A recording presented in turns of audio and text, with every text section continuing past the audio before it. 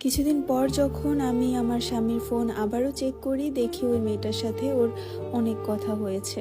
সেখানে বলা ছিল আমি তোমাকে অনেক ভালোবাসি, মানে আমার স্বামী ওই মেয়েটাকে বলছিল আমি তোমাকে অনেক ভালোবাসি। ও আরও বলল যে ও যদি আমাকে বিয়ে না করতো তাহলে ওই মেয়েটাকে বিয়ে করতো। তখন ওই মেয়েটা বলল তোমার তো বউ আছে।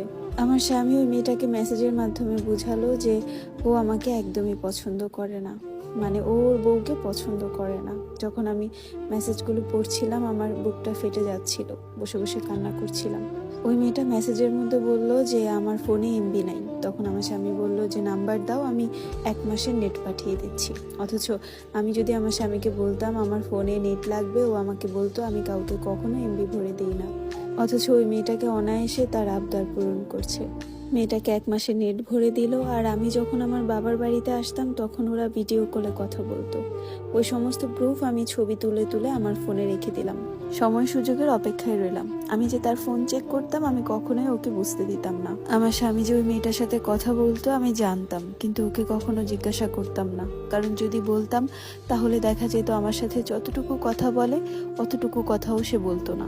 কারণ সে আমার সাথে কথা না বলে থাকতে পারে, আমি তার সাথে কথা না বলে থাকতে পারতাম না।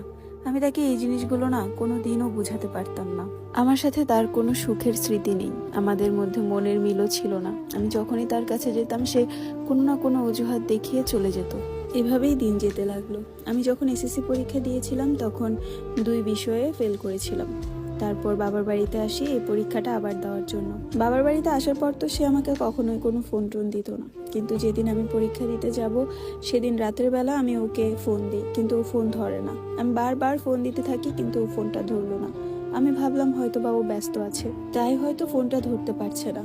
ওর ফোনের অপেক্ষা করতে করতে আমি ঘুমিয়ে গেলাম। সকালবেলা উঠে ফোন চেক করলাম, ভাবলাম হয়তো বা ও রাতে ফোন দিয়েছিল, কিন্তু চেক করে দেখি যে না, ও আমাকে রাতে ফোন দেয়নি। তখন মনটা খুব খারাপ হয়ে গেছিল।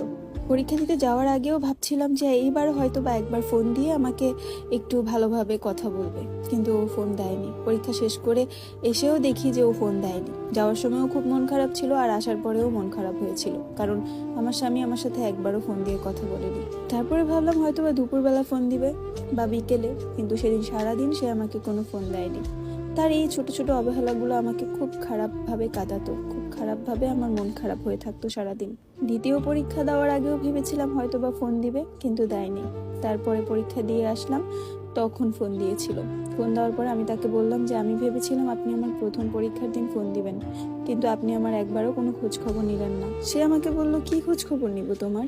তারপর বলল যে মা তোমার সাথে কথা বলবে, মানে আমার শাশুড়ি কথা বলবে দেখে সে আমাকে ফোন দিয়েছিল। তারপর আমার শাশুড়ি আমার সাথে কথা বললো, আমাকে বলল কবে আসবে? আমি বললাম এই তো মা চলে আসবো।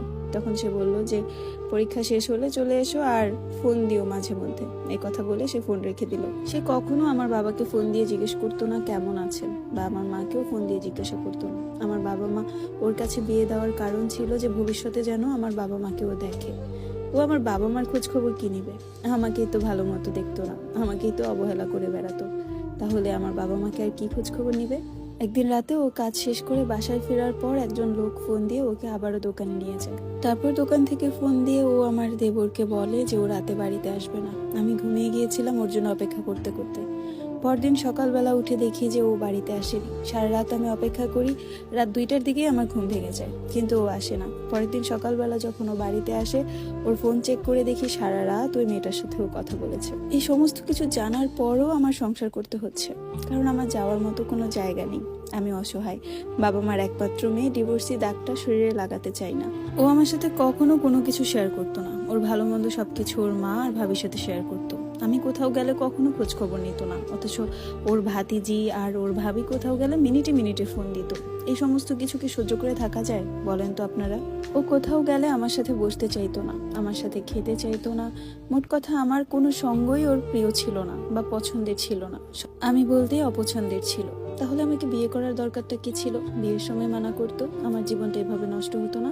একদিন রাত হয়ে যাচ্ছিল, ও দোকান থেকে বাড়ি ফিরছিল না। সম্পর্কে ওর ভাই হয়, ওকে জিজ্ঞাসা করলো কিরে তোর বউয়ের কাছে যাচ্ছিস না কেন, এখনো দোকানে কি করছিস? ও নাকি উত্তর দিল তুই যা আমার বউয়ের কাছে। যেই পুরুষ তার বউয়ের কাছে পরপুরুষকে পাঠাতে পারে, ওই পুরুষ আর যাই হোক বউকে ভালোবাসতে পারে না। সেই পুরুষ তো স্বামী হওয়ার যোগ্যতাই রাখে না।